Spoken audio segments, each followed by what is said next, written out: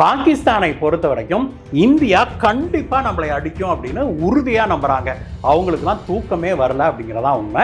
அரண்டவன் கண்ணுக்கு இருண்டதெல்லாம் பேய்ங்கிற மாதிரி பாகிஸ்தானுக்கு இப்ப இந்தியா எதை செஞ்சாலும் அப்படியே நடுங்குது. பாகிஸ்தான் அணு ஆயுதம் கொண்டு நாம் முதல் ஆளாக தாக்குதல் நடத்த மாட்டோம் அப்படின்னு நாம அந்த சர்வதேச ஒப்பந்தத்தில் கையெழுத்து போட்டிருக்கிறோம். ஆனா பாகிஸ்தான் அதை போடலை. இதனால இந்தியா ஃபர்ஸ்ட் அட்டாக் பண்ணாது அப்படிங்கிறது தெளிவு.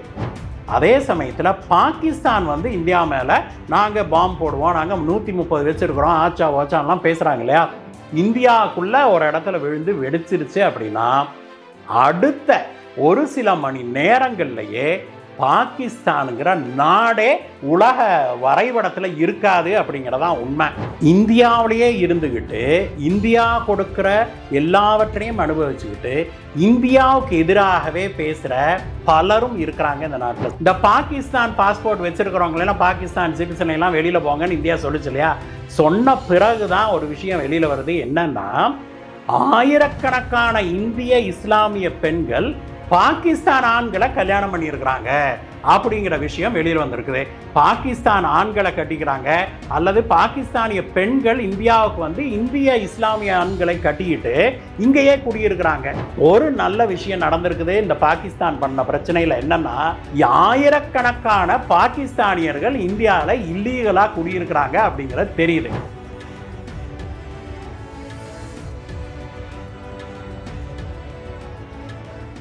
வணக்கம் ஜாம்பவான் டிவி நேயர்களே. இந்தியா பாகிஸ்தான் எல்லையில தற்போதைய சூழல் என்ன? பஹல்காம்ல தீவிரவாத தாக்குதல் நடந்து கிட்டத்தட்ட 8 நாட்கள் ஆயிடுச்சு நண்பர்களே. இன்றைக்கும் கூட இந்திய பாகிஸ்தான் எல்லை பயங்கர பதற்றமாக இருக்குது அப்படிங்கிறதா உண்மை. பாகிஸ்தானை பொறுத்த வரைக்கும் இந்தியா கண்டிப்பா நம்மளை அடிக்கும் அப்படின்னு உறுதியா நம்புறாங்க. அவங்களுக்குலாம் தூக்கமே வரல அப்படிங்கிறதா உண்மை.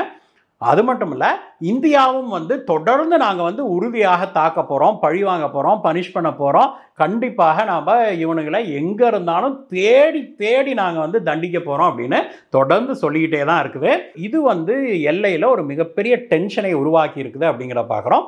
இந்திய பாகிஸ்தான் எல்லையில் ஜம்மு காஷ்மீர் மட்டுமல்ல, பஞ்சாப், இப்பொழுது ராஜஸ்தான்லையும் கூட இந்தியா பாகிஸ்தான் எல்லையோரம் முழுவதும் தன்னுடைய பாதுகாப்பை பலப்படுத்தி இருக்குது அப்படிங்கிற செய்தி நமக்கு வருது.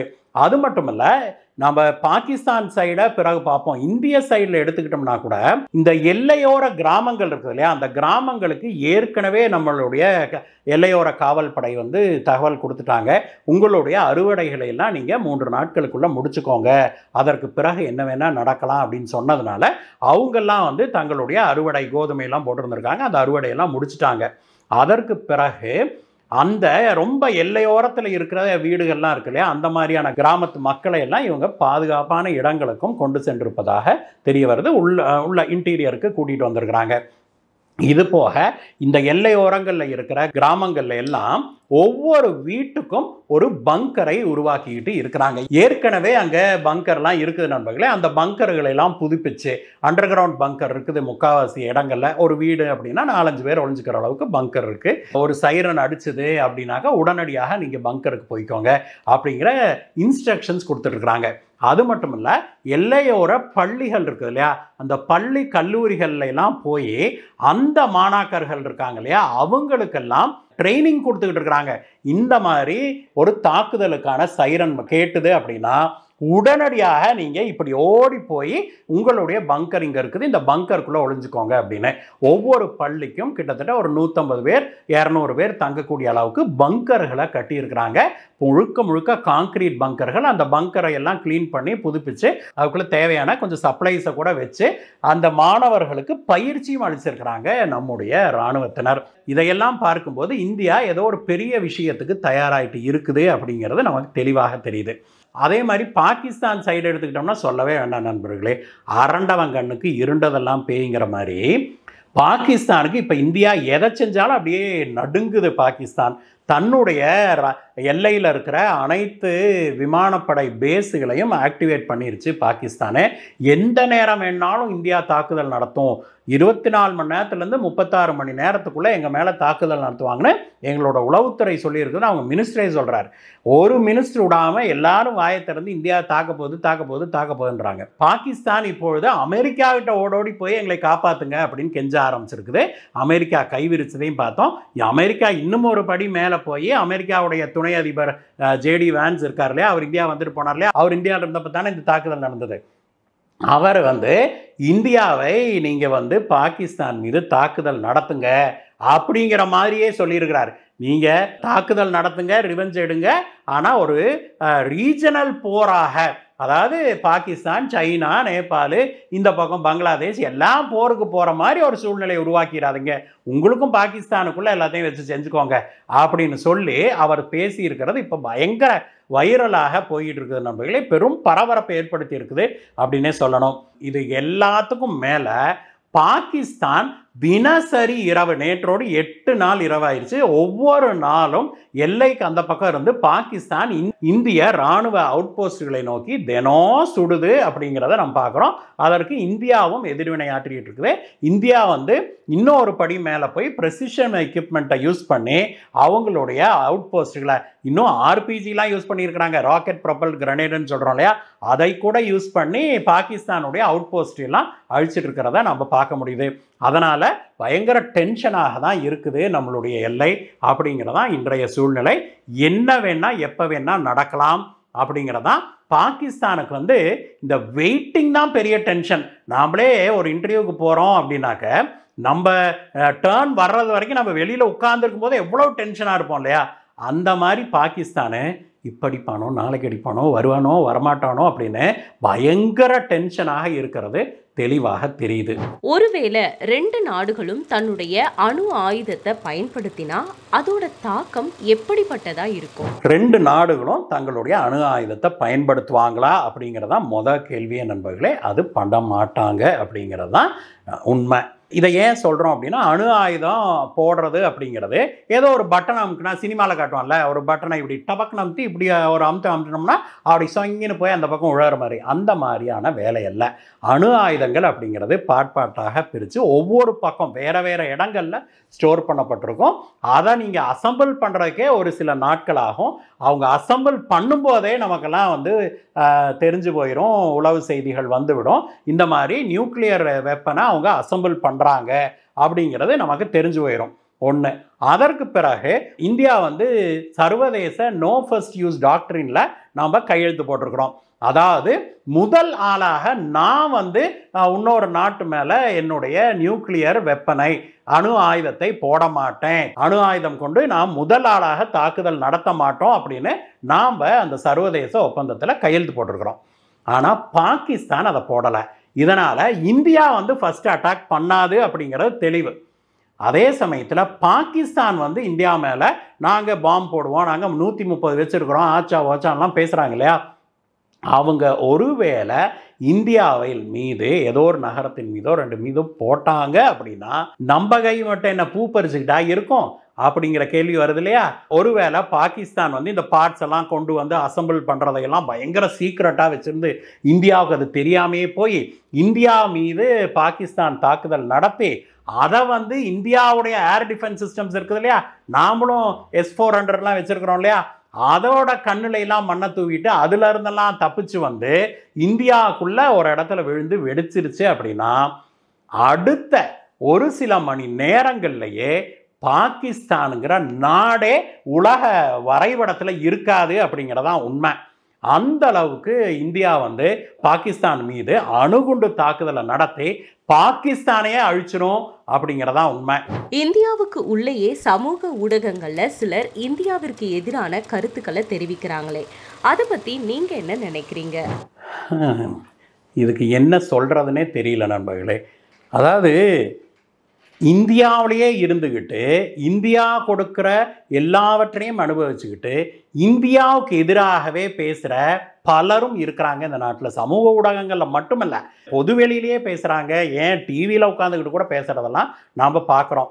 இதுக்கு என்ன காரணம் அப்படின்னா, இந்தியாவுடைய அரசியலமைப்பு சட்டம் கொடுத்திருக்கிற அதீதமான சுதந்திரம் தான் அப்படின்னு தான் நம்ம சொல்லணும்.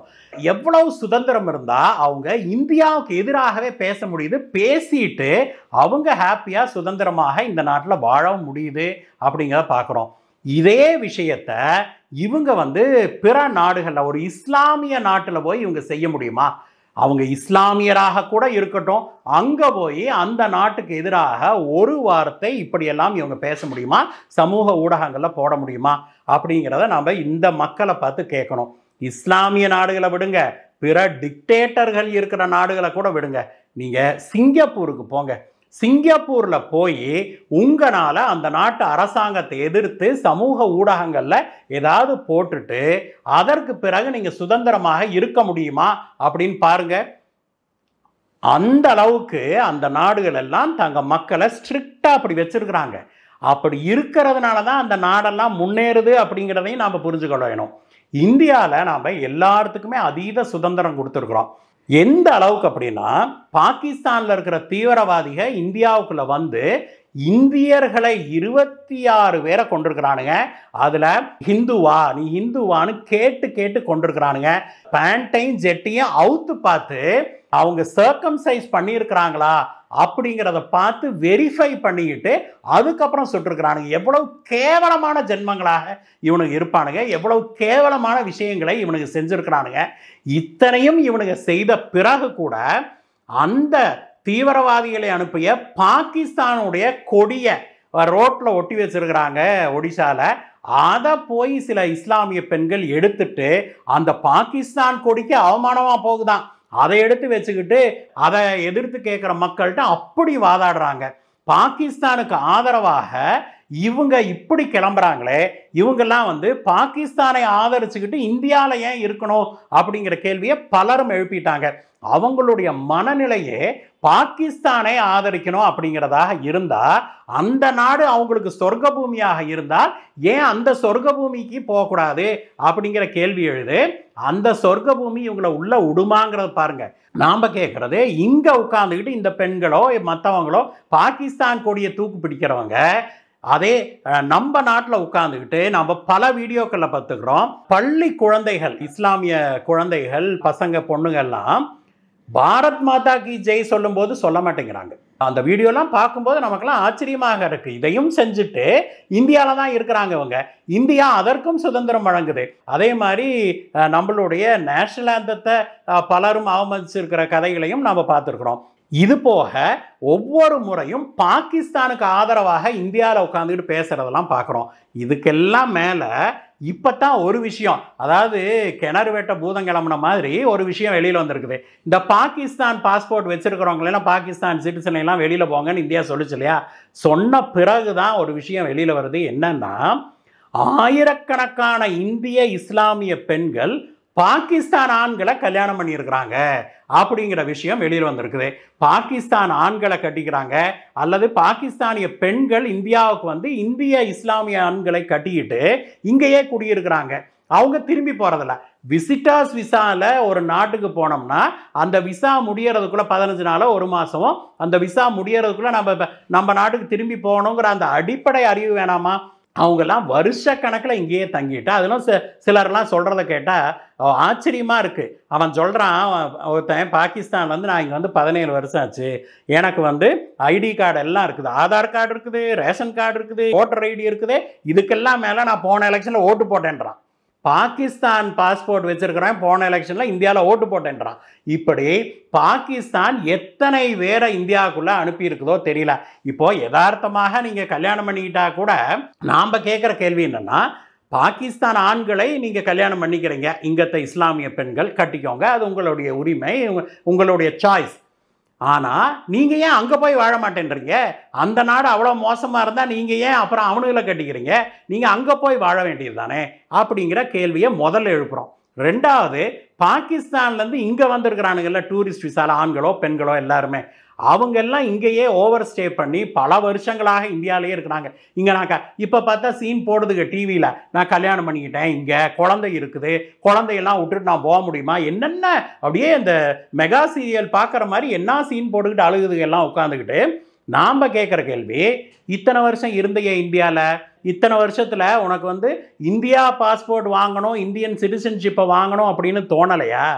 ஏன் அந்த அளவுக்கு இந்தியா மேலே உனக்கு பற்றுதல் இல்லையா? அவ்வளோ பற்றுதல் இல்லைன்னா நீ அங்கேயே போக வேண்டியது தானே அப்படின்னு இந்திய மக்கள் எல்லாருமே இன்னைக்கு கேட்குறாங்க. ஒரு நல்ல விஷயம் நடந்திருக்குது இந்த பாகிஸ்தான் பண்ண பிரச்சனையில். என்னன்னா, ஆயிரக்கணக்கான பாகிஸ்தானியர்கள் இந்தியாவில் இல்லீகலாக குடியிருக்கிறாங்க அப்படிங்கிறது தெரியுது. பாகிஸ்தானியர்களே இப்படின்னா எத்தனை லட்சம் பங்களாதேஷ்காரங்க இருக்கிறாங்க அப்படிங்கிறத நாம் யோசிச்சு பார்க்கணும். மத்திய அரசாங்கம் உடனடியாக என்ஆர்சியை இம்ப்ளிமெண்ட் பண்ணணும். நேஷனல் ரெஜிஸ்ட்ரி ஆஃப் சிட்டிசன்ஸ் இருக்குது இல்லையா, அதை வந்து உடனடியாக இம்ப்ளிமெண்ட் பண்ணணும் அப்படின்னு நாம் கோரிக்கை வைக்கிறோம். பலரும் இதை வந்து இப்போ கேட்டுட்டாங்க. இந்தியா முழுவதும் உடனடியாக கணக்கெடுங்க. நீங்கள் அடுத்த வருஷம் வந்து சென்சஸ் எடுக்கும்போது அவங்களுக்கெல்லாம் எந்த நாட்டை சேர்ந்தவர்கள்னு நம்ம கண்டிப்பாக சென்சஸ் எடுத்தே ஆகணும். வெளிநாட்டுக்காரங்களா அப்படியே கட்டங்கட்டி துரத்தி விடணும். பங்களாதேஷ், பாகிஸ்தான்காரங்களாம் எதுக்கு இங்கே உட்கார்ந்துருக்கிறாங்க அப்படிங்கிற கேள்வி. இப்படிப்பட்ட ஆட்களுக்கு ஆதரவாக ஒரு கோஷ்டி கிளம்பி இருக்குது இல்லையா, ஐயோ பாவம், அம்மா விட்டுவிட்டு பையனை அனுப்புகிறாங்க. ஏன் அம்மா போக வேண்டியதானே பாகிஸ்தானுக்கு? ஏன் பையனை பெற்றுக்கிட்டு பாகிஸ்தான் பாஸ்போர்ட்டில் பையனை வச்சுருக்கிறீங்க? அந்த குழந்தை பாகிஸ்தானியாக தான் போய் தானே ஆகணும்.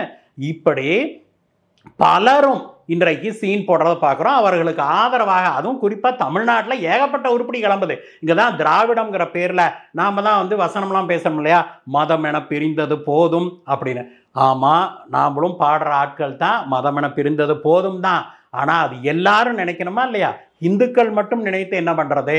எல்லாரும் மதமனத்தில் பிரிந்தது போதும், எல்லாரும் ஒன்றா இருக்கணும், எல்லாரும் ஒன்று தான் அப்படிங்கிறத நாம் கடைபிடிக்கணும். முதல்ல இந்த மத மாற்றத்தை தடுக்க வேணும்.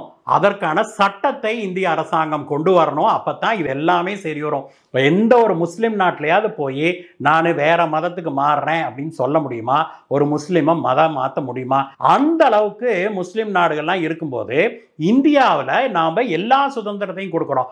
எல்லா சுதந்திரத்தையும் வாங்கிட்டு இந்துக்களையே டார்கெட் பண்ணி மதம் மாற்றுறது, இதெல்லாம் வந்து தொடர்ந்து பரவலாக நடந்து வர்றதை நம்ம பார்க்குறோம். அப்படிப்பட்ட ஆட்களுக்கு இந்தியாவில், குறிப்பாக நம்முடைய மாநிலங்களில் பெரிய அளவில் சப்போர்ட் இருக்கிறதையும் பார்க்குறோம். அதுதான் இப்போ சமூக ஊடகங்கள்லையும் வெளிச்சத்துக்கு வருது. இதற்கெல்லாம் இந்தியா ஒரு முற்றுப்புள்ளி வச்சே ஆக வேணும் நண்பர்களே. இந்தியாவுக்கு எதிராக, இந்திய ஒற்றுமைக்கு எதிராக, இந்திய இறையாண்மைக்கு எதிராக யார் பேசினாலும் அவங்க மேலே கடுமையான நடவடிக்கையை இந்திய அரசாங்கம் எடுக்க வேண்டிய நேரம் வந்துருச்சு அப்படின்னு நம்ம சொல்லணும். இந்த வாய்ப்பை வழங்கிய ஜாம்பவான் டிவி நேயர்களுக்கும் ஜாம்பவான் டிவிக்கும் என்னுடைய நன்றியை தெரிவிச்சுக்கிறேன்.